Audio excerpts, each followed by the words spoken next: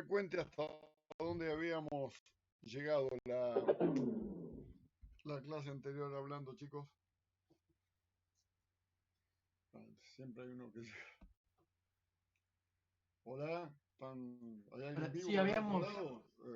habíamos visto obligaciones que pueden ser de tres clases, de dar, de hacer y de no hacer, y habíamos hablado de las mancomunas y de las solidarias.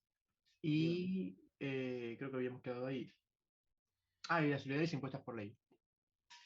bien, bien. Sigue entrando gente. Yo que quiero empezar a hablar, empiezan todos. Ping, ping. Ahí está. Bueno, a partir de ahora seguimos con el tema de obligaciones. Eh,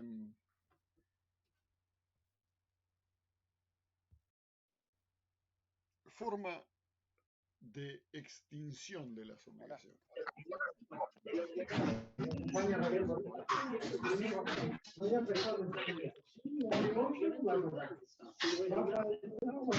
Vale, tenés el micrófono prendido. Y está escuchando la televisión o cualquier otra cosa menos. Caminando como mudando una casa. Después de permanecer en total 5 horas desde que treparon, entendemos que las 7 asaltaron a la víctima y lo metieron para adentro. Ahí está. Bien. Forma de extinción de las obligaciones. ¿Cómo se terminan las obligaciones? La forma normal, pero siguen entrando, denme un segundito que...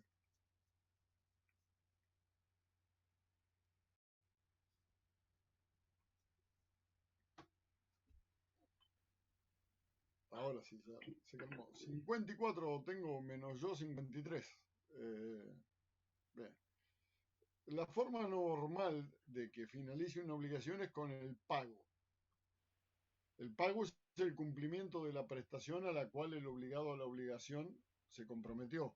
No necesariamente el pago es la entrega de una suma de dinero. Normalmente las obligaciones que ustedes van a manejar sí, pero a veces el pago es la entrega de la cosa o lo que fuese. El pago es el cumplimiento de la obligación, de la prestación, perdón, el cumplimiento de la prestación comprometida en la obligación.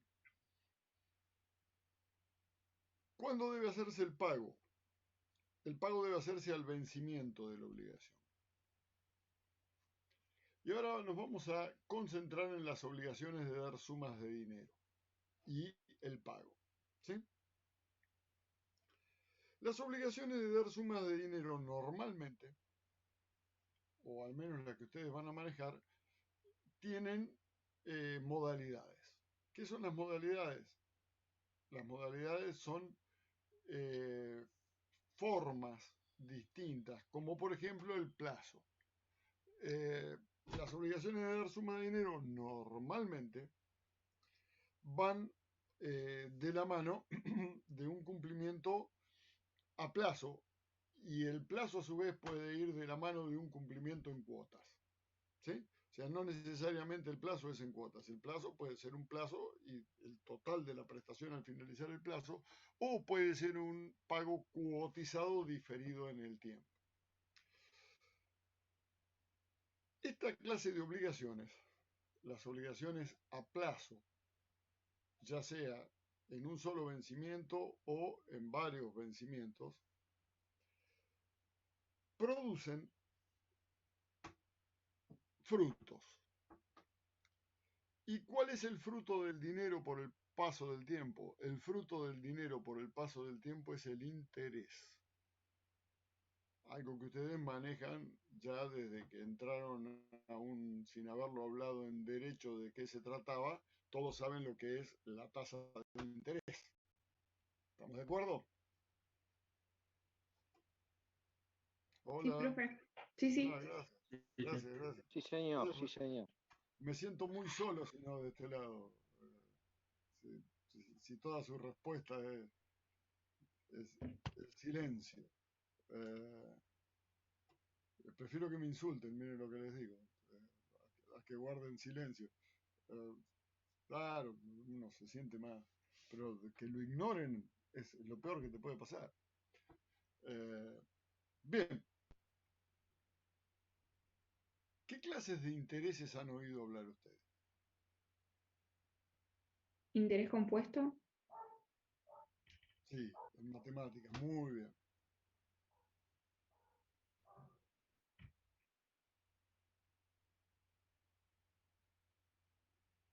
Alguien que aporte algo más, como Laura, la única que habla es Laura, no puede ser eso. Vamos, algún otro que diga otra cosa. Interés simple, interés compuesto, interés... Intereses opuestos. Opuestos nunca había oído hablar de eso, Lautaro. ¿No son opuestos? Bueno, puede ser. No, compuestos. Cuando, El interés compuesto es el típico del sistema francés o del sistema alemán. no, claro, no hablaba de matemática. Ah, yo ahora sí estaba hablando de matemáticas. Ah, bueno. Porque también vamos a desembocar con la matemática de alguna manera en temas interesantes de derecho. A ver, contame, Marcelo Di Giusti, ¿qué diferencia hay entre el interés simple y el interés compuesto? El interés compuesto es aquel que ha llegado un plazo, se va capitalizando y, ¿cómo es? Y bueno, y así va siendo hasta que si no se renueva, digamos, el capital. Muy bien. ¿Y el interés compuesto puede ser sobre saldos, a su vez? En el sistema francés sí es sobresaldo. ¿Y en el alemán? En el alemán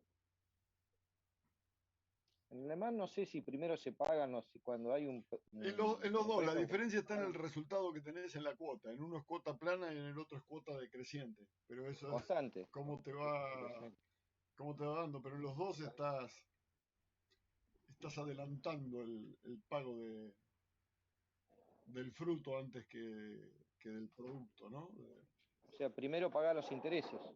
Normalmente primero pagás los intereses o un porcentaje de intereses por... El tema del interés es que al ser un fruto, el interés es el precio que se paga por la disposición de un capital ajeno durante un determinado tiempo. Entonces tiene que guardar una relación con el tiempo.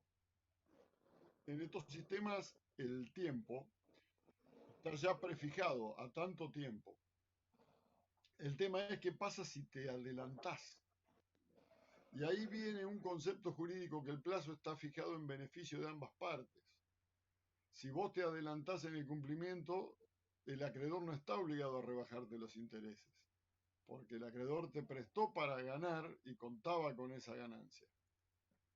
¿Me siguen ustedes en esto? Bueno, pero depende qué tipo de acreedor. Si no se dice nada, cualquier acreedor no está obligado. O sea, te recibe el pago antes de tiempo, te lo recibe. ¿Está obligado a descontarte los intereses? No, no está obligado. No, está bien. Porque el plazo se presume establecido en beneficio de ambas partes de la obligación. ¿Sí? Yo quería meterme en un concepto acá, dos o tres conceptos lindos para hablar del pago en las modalidades más complejas, ¿no? Que no es el pago cuando debo algo tal día, voy y lo pago y ya está, o voy y no lo pago y ya está, o voy y hago un pago parcial que pago menos, me lo aceptan y lo único que tengo que hacer es restar. Eso es comprensible por cualquiera de nosotros y lleva una lógica muy sencilla de entender, que es, si pago se extingue, si pago parcial y me lo aceptan, extingo parcialmente la obligación. Y si no pago, no extingo nada la obligación y debo lo que debía más un interés que paso a llamar moratorio por efecto de la mora, que ya vamos a ver lo que es. Pero estábamos en estos obligaciones a plazo pactado en beneficio de ambas partes, como pueden ser los sistemas franceses o alemanes, que todo funciona y cierra con justicia, más allá de la tasa que se haya pactado, si es justo o no, cuando se concluye el esquema. de pagos. Las 40 cuotas, las 50 cuotas, las 60 cuotas. Se concluye felizmente, ahí se cumple y se verifica el presupuesto. El tema está cuando se interrumpen en algún punto estos sistemas. ¿Me siguen hasta acá? Sí, sí. Porque, ¿qué pasa Perfecto. cuando se interrumpen?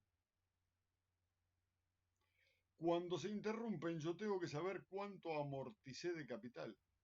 Y el sistema tiene prevista una amortización de capital pequeña que después es grande y que es justa si cierra completo. Pero si se interrumpe antes, voy a tener amortizada muy poca cantidad de capital y pagado mucho interés en concepto de algo que no voy a usar. ¿Me comprenden? Y si yo capitalizo todo ese, o si reclamo todo el capital, bueno, ¿qué pasó con lo que pagué hasta ahora? ¿Dónde fue a parar? Hay que recomponer, para lo cual les recomiendo que le pidan a sus profesores de matemática financiera que me harían un gran favor a mí y a los abogados del futuro, si les enseñasen a descomponer correctamente la fórmula de los intereses francés y alemán en cuota por cuota, porque ustedes tienen una fórmula que es elevada a la n potencia, que es la cantidad de cuotas. ¿Sí? ¿Se acuerdan de esa fórmula o no la vieron todavía? Sí, sí. Elevada a la Profe, N lo estamos dudo, dando. Matemática financiera. dudo que todos hayan cursado matemática financiera. Yo todavía no la cursé y estoy en segundo. Bueno, con más razón, cuando llegues a esa situación, pedí que te enseñen muy bien la descomposición de esa, de esa fórmula. Porque los problemas judiciales que tenemos los abogados es plantearle al juez la injusticia cuando yo pagué 20 cuotas de 60, de que todavía estoy debiendo la misma cantidad de dinero como si debiera 55 cuotas y no como si debiera 40. Y que sobre eso me calculen intereses. Y entonces, Porque sería como interés sobre interés, ¿no? Ahí cuando. claro, pero nadie se lo plantea. Es una, a ver, es parte, matemática para matemática financiera es una pavada, porque es cómo se llega a construir la fórmula. O sea, la fórmula no es que apareció una fórmula mágica, la fórmula tiene una construcción que tiene todo un montón de pasos simplificados en una fórmula que es lo que lo hace elevar a la n potencia. Pero si vos conocés paso por paso, te permite descomponer la fórmula y reconstruirla al plazo de lo que pasó en esa relación que se interrumpió antes. ¿Me van siguiendo en esto? ¿O soy muy complicado para explicarlo? Que puede serlo. No, no, está bien. Juliano está con carita y mira, apagó la cámara de no estar entendiendo mucho. Más o menos, profe. Bueno, y decime, no entiendo nada. Y yo vuelvo a intentar explicártelo. No quiere decir que te lo explique de vuelta y lo vas a entender, porque si explico de vuelta diciendo las mismas cosas con las cuales no entendiste, vas a seguir sin entender. Y te lo puedo explicar 40 veces y vas a seguir sin entender. Trato de cambiar la explicación para que vos lo puedas entender. ¿Viste algo de interés francés o de sistema francés? No, todavía no. Claro, ahí está el tema. Bueno, entonces lo único que tenés que acordarte por ahora es que el esquema de un sistema francés en cuotas anda bárbaro cuando termine el esquema. El problema está cuando ese esquema se interrumpe y hay que reconstruirlo. No se reconstruye a partir de la descomposición de la fórmula, sino que se reconstruye a partir de lo que quedaste debiendo, pero quedaste debiendo todo el capital porque empezaste a pagar intereses sobre un capital que después te van a reclamar con más los nuevos intereses, entonces estás pagando, no te digo el doble, pero estás pagando lo que tendrías que pagar más una parte más que no correspondería que la pagues, porque ya la pagaste y no te lo están computando. Ahora Te sí pongo fue un más claro. ejemplo, Juliano. Yo te presto 10 pesos y te digo, vos me lo vas a devolver en 10 cuotas de 12 pesos cada una. ¿Sí? ¿Por qué? Porque con los intereses se te fue un 20%, te apliqué. ¿Estamos de acuerdo? Sí. Entonces, vos me pagás la primera cuota 12, la segunda cuota 12. Me pagaste 24 pesos y te caíste. Entonces, yo de esos 24 pesos digo, me pagaste 20 de interés y 4 de capital. Entonces, ahora en la tercera cuota, perdón, eran 100 pesos dividido en cuotas de 12. En la tercera, ahora me estás debiendo 96 pesos. ¿Cómo te voy a deber 96 pesos si yo pagué 24? A lo sumo te deberé 80, pero no 96. Y eso es porque yo te cancelé intereses por las 10 meses que vos no usaste, porque te caíste a los 2.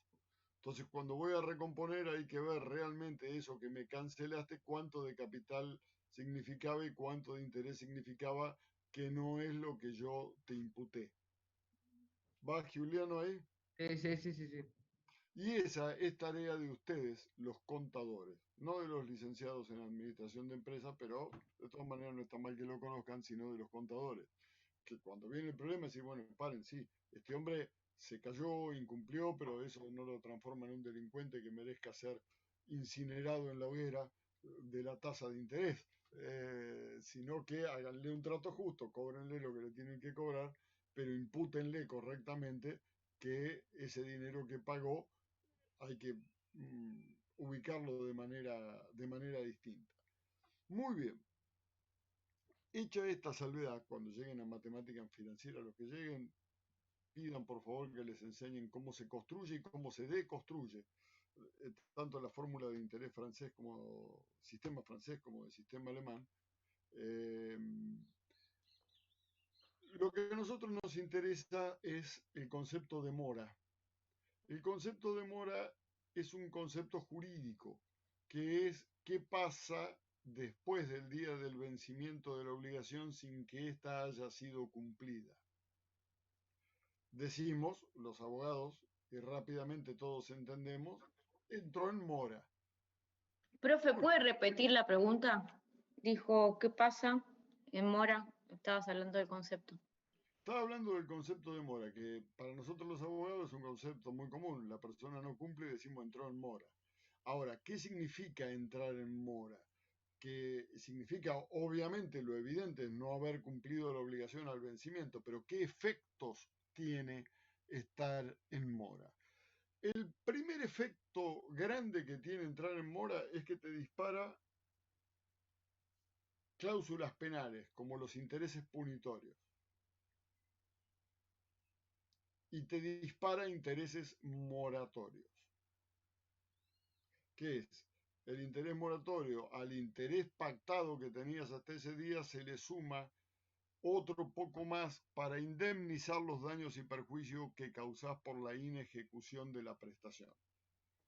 Profe, ¿cuál era el primer interés que dijo? El pactado es el primero, es el común, el que vos pactás, ¿sí? Que, como yo le decía a Juliano, mira, te presto 100 pesos, me lo vas a devolver en 10 cuotas de 12. Ahí el interés pactado son 20 pesos, un 20%. Ese es el pactado. Ahora él me deja de pagar y entonces a ese 20%, es altísimo, lo estoy matando, yo le cargo un interés moratorio de un 10% más. Entonces ahora me está debiendo, en vez de 20 pesos de interés, me está debiendo 30 pesos de interés. ¿Sí? Pero además yo puedo haberle colocado en el texto de la obligación cuando cuando él la contrajo, algo que en realidad no son intereses, que se llaman cláusulas penales, que son multas que se colocan con la intención de disuadir el incumplimiento. Es decir, y ahora me van a pagar 3 pesos por cada día de atraso. O se puede expresar en porcentaje, me vas a pagar un tanto por ciento por cada día de atraso. Entonces, al expresarse en porcentaje, la gente las confunde con tasas de interés, pero no son tasas de interés, son muy penas, se llaman penalidades, cláusulas penales, que pueden estar expresadas en montos fijos o en porcentaje. El hecho de que se expresen en porcentaje, tanto por ciento diario, no la transforma en interés, porque no es producto de la indisposición del dinero. Eso es el interés pactado y el moratorio, pero no el punitorio. El punitorio es mal llamado interés. Técnicamente, lo que corresponde llamar al punitorio es cláusula penal. ¿Se entiende lo que estoy diciendo? No. Sí, profe, se entiende. Yo me perdí un Perfecto. cachito porque había nombrado la mora, después los efectos de estar en mora. Ahí nombró las Todavía no los cláusulas. dije, puse el título. Sí, pero Dije, después, la mora cualquiera advierte que se produce con el incumplimiento de la obligación a su vencimiento. Ahora, ¿qué efectos produce? Produce efectos la mora, primero que te carga más intereses, el moratorio, y te dispara las cláusulas penales. Ese es el primer efecto. ¿Sí? El segundo efecto es que no podés exonerarte de cumplir por dos motivos que podrías haber invocado antes de la mora, que son el caso fortuito y la fuerza mayor.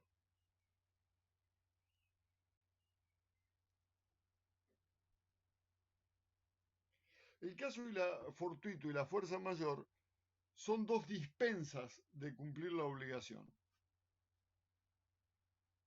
Te pongo un ejemplo que ponemos siempre de caso fortuito. Vos tenías que entregar un caballo, ¿sí? Mañana. Y hoy le cayó un rayo y lo mató. Y no lo podés entregar y no es tu culpa y no tenés que indemnizar por ello. ¿Está claro? Sí, profe. Ahora, vos tenías que entregar el caballo antes de ayer y no lo entregaste. Y hoy le cayó un rayo y lo mató. Ahí sí opera la mora, porque estás en mora y es tu culpa y tenés que indemnizar. ¿Se comprende el ejemplo?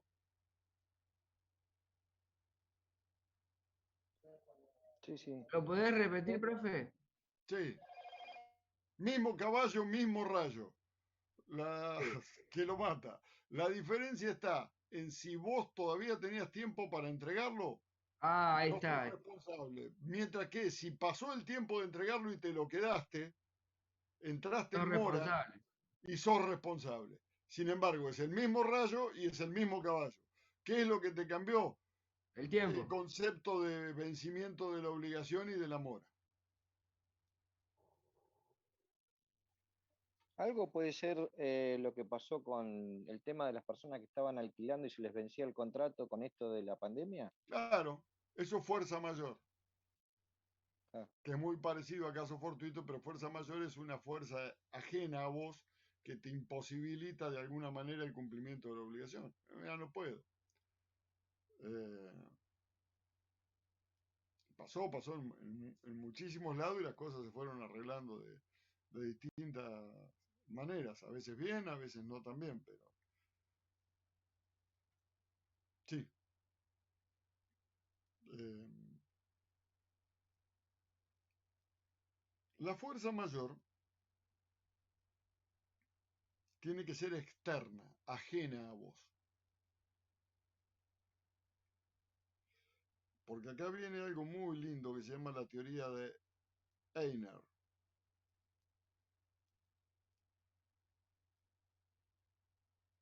Y tiene que ver con la huelga. O sea, vos tenías que entregar, suponte que sos un comerciante y tenías que entregar tal mercadería. Huelga. Bueno. Y Einer distingue cuándo podés quedar exonerado por huelga y cuándo no. Y es Cuando la huelga es general, que no te es imputable, te libera, te exonera. Exonera es un sinónimo de liberación acá. ¿Sí? Pero si la ¿Podés huelga repetir, profe, cuando la huelga es general? te libera del cumplimiento de las consecuencias negativas del incumplimiento. ¿Sí? Y no te pude entregar las cosas porque no había medios de transporte que quisieran llevarlas. Ahora, si la huelga es propia es interna, es por tu conflicto personal de empresa con tus trabajadores, ahí sí sos responsable. ¿Se entiende la diferencia? Sí, sí. Cuando vos das origen al fenómeno que te impide cumplir, no lo podés invocar como causal de exoneración o de liberación. Vos lo podés invocar cuando es externo, ajeno a tu manejo o a tu responsabilidad de haberlo generado. Profe, Sí, ¿teoría de quién? ¿Cómo se deletrea? Einer, pero no te lo voy a preguntar, quédate tranquila, eso te lo dije. Einer. Pero, porque no sabía Bueno, cómo anotarlo. está bien, anotarlo como quieras, como te suene.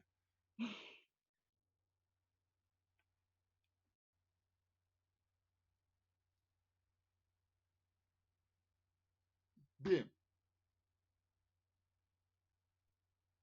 Entonces la mora tiene esos efectos. No podés invocar ni caso fortuito ni fuerza mayor, lo mismo con la huelga. Si vos tenías que entregar ayer y no entregaste y la huelga es hoy, bueno, flaco, tendrías que haberlo hecho cuando podías. No lo hiciste, me tenés que indemnizar. Ahora las consecuencias de la huelga, sea interna o sea externa, son tuyas. Mientras que si no estabas en mora, ahí sí vamos a Einer para distinguir si la huelga te exonera o no te exonera. Pero si estás en mora, de ninguna de las dos maneras te podés amparar en un caso de fuerza mayor, porque cuando debiste haberlo ejecutado podías hacerlo y no lo hiciste. Entonces ahora todas las consecuencias negativas que ocurran son de tu responsabilidad. ¿Se entiende hasta acá? Profe, Sí, exonerar sería como liberar de las responsabilidades o algo exactamente. así. Acá Bien, exonerar se usa como liberación. bien. Distinto al mismo concepto exonerar, que también significa echar. Eso en la administración pública lo exoneraron. Lo liberaron de su función pública, es decir, lo echaron. Pero acá exonerar significa dejarte libre de responsabilidad. Eso es lo que tiene el castellano, que una misma palabra muchas veces significa más de un concepto y a veces hasta distinto. Por eso es tan lindo nuestro idioma y hay que manejarlo bien, sobre todo si van a ser profesionales. Bien, sigamos adelante. Fuera del pago, que sería la forma natural y normal de terminar con las obligaciones, fuera del pago, existen otras formas, les diría yo, de terminar con las obligaciones. La primera de ellas, no hay primera, la primera que yo les voy a decir, no es que hay una jerarquía de primera, segunda, tercera, sino la primera que se me viene a mí a la cabeza para hablar además del pago, es la prescripción. ¿Qué es la prescripción? Es el efecto del tiempo sobre la obligación. Pero guarda, que el efecto del tiempo sobre la obligación no extingue la obligación, sino que la transforma en lo que nosotros llamamos obligación natural.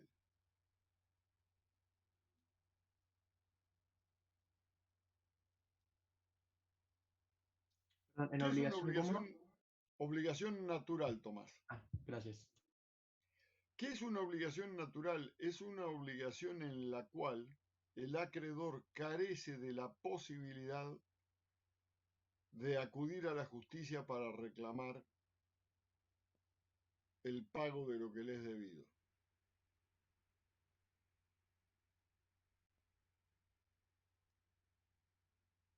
Carece de acción, que así se llama en derecho, por el paso del tiempo.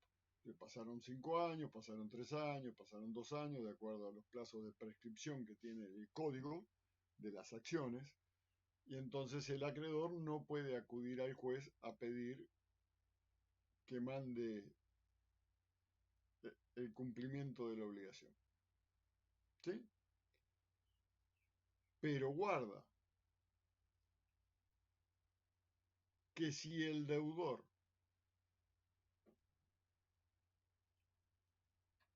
quiere pagar igual, quiere cumplir igual, puede hacerlo.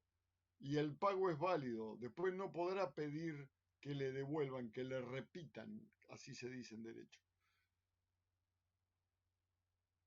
No podrá pedir repetir el pago. Repetir no es pagar 2 veces, sino que le devuelvan.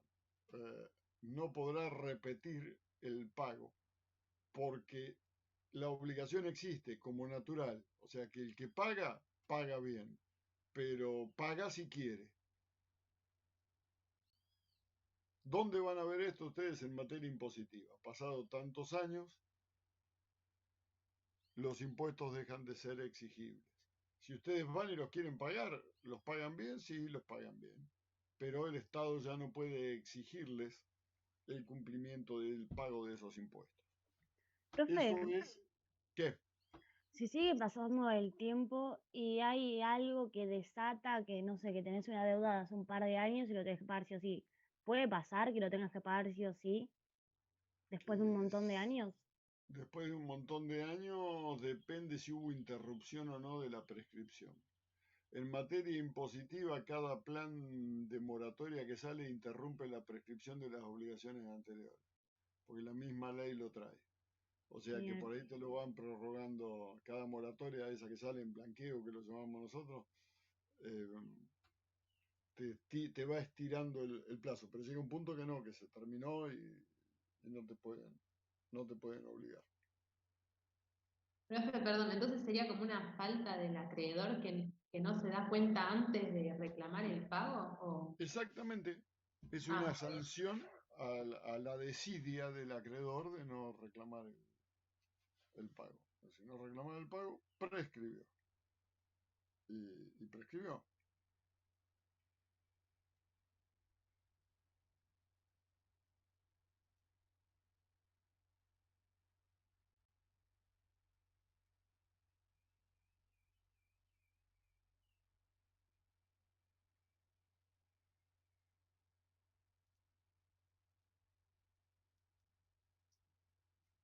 Bien.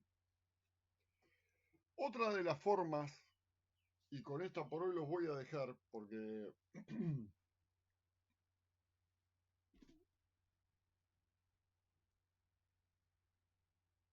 por 2 cosas. Una, porque tengo que hacer algunas cosas, y 2, porque si les tiro toda la forma de extinguir las obligaciones, los voy a complicar. Es la novación. Novación. Novación viene de nuevo, de novar. Y la novación es el cambio de una obligación por una nueva, en la cual resulta extinta la obligación primigenia o anterior.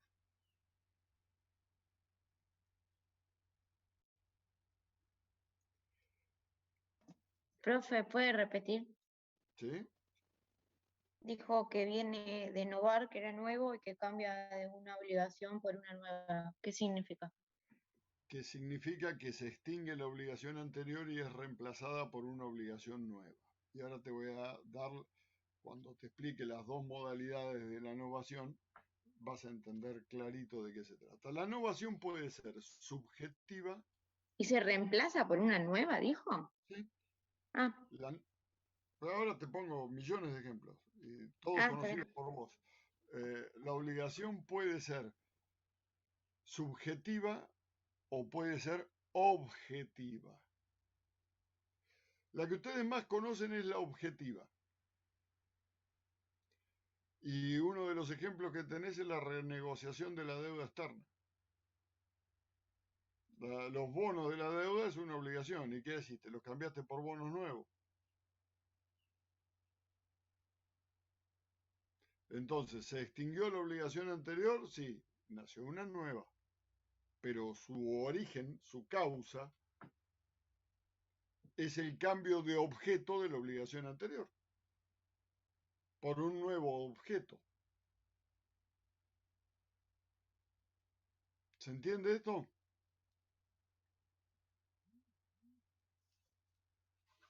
Sí, profe. Sí, perfecto. Bien, esa es novación objetiva, es la más común y se da mucho en las refinanciaciones con los bancos. Vos le estás debiendo al banco y viene y te dice, vení, flaco, vamos a arreglar. Y vos, pum, dame más plazo, te meto más interés, te hago esto. Y bueno, siempre terminás perdiendo, pero tenés una nueva obligación, no tenés la anterior. Eso cuando lo haces muy seguido terminás con el efecto bola de nieve, que arrancaste debiendo un poquito y... Profe, Marcelo, con lo de la tarjeta lo mismo también, exactamente cuando lo mismo. renegocias la tarjeta. Cuando haces cualquier acuerdo de pago, la obligación original que tenías se extinguió. Si debías 10 pesos y los tenías hoy, pero no los podés pagar y te dicen, está bien, no te hagas problema, no me pagues hoy los 10 pesos. ¿Qué pasó con esa obligación? Se extinguió. Se extingue. ¿Y qué nació? Nació una obligación nueva y ahora me tenés que pagar 15 pesos el mes que viene. Te doy plazo, pero te cobro 5 más. ¿Sí? Sí. Eso es novación objetiva. La novación subjetiva tiene que ver con el cambio de sujeto. Cuando vos cambiás un deudor por otro o cambiás un acreedor por otro. Profe, ¿puede ser cuando vendés un auto y yo tenía falta de pago de la patente y lo tiene que pagar el nuevo, el No, que le compró? no, eso es otra cosa. Déjame ver que pegaron un grito acá en la zona donde vivo.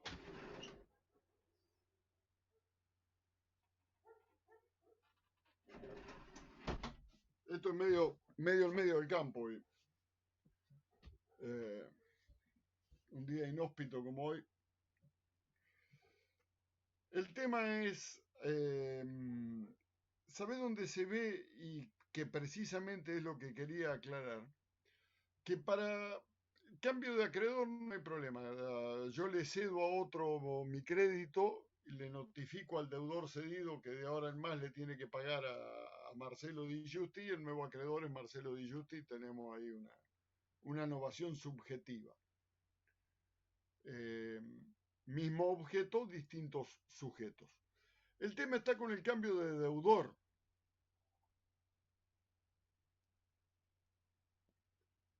Porque para que haya cambio de deudor, tiene que haber una conformidad expresa del acreedor. Porque una si garantía, no, profe. no, ya vamos a eso, pará. En el cambio de deudor tiene que haber una conformidad expresa del acreedor, porque si no lo que hay se llama expromisión y son dos deudores en vez de uno. ¿Saben dónde se da el caso? En la venta de los planes de ahorro de autos.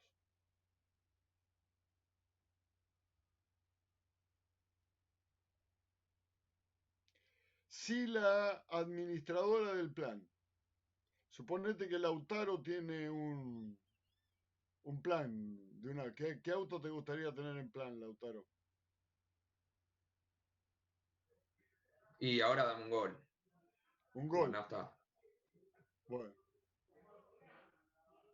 Si Lautaro tiene un plan de un Gol y me lo vende y le notificamos a Milagros, que es la administradora del plan Gol y demás, y Milagros no dice nada, ahora le debo yo y Lautaro le sigue debiendo. Yo me llevo el auto pero Lautaro sigue debiendo porque ahora ella tiene 2 deudores.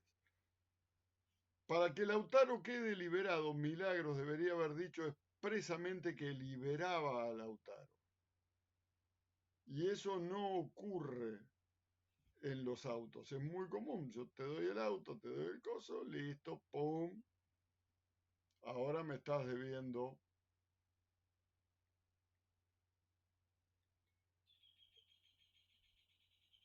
Lautaro y me estás debiendo Jorge. Porque Pero no con hubo... que pague uno ya libera al otro, digamos. Sí, sí, eso sí, pero sí, el Ok. tema está en que si yo me lleve el auto y no pago y Lautaro queda teniendo que pagar y no teniendo ningún auto para vender nuevamente. ¿Me siguen ustedes en esto? Así que cuando vayan a vender un plan, tengan cuidado de que la administradora del plan les acepte expresamente la liberación de que ustedes ya no tienen más nada que ver con ese plan. Ahora vamos al tema de las garantías que planteaba Juliano. ¿Qué pasa con los fiadores? Figura que todavía no vimos, pero ya le adelanto algo. La novación objetiva o subjetiva, cualquiera de las dos novaciones, en principio libera a los fiadores.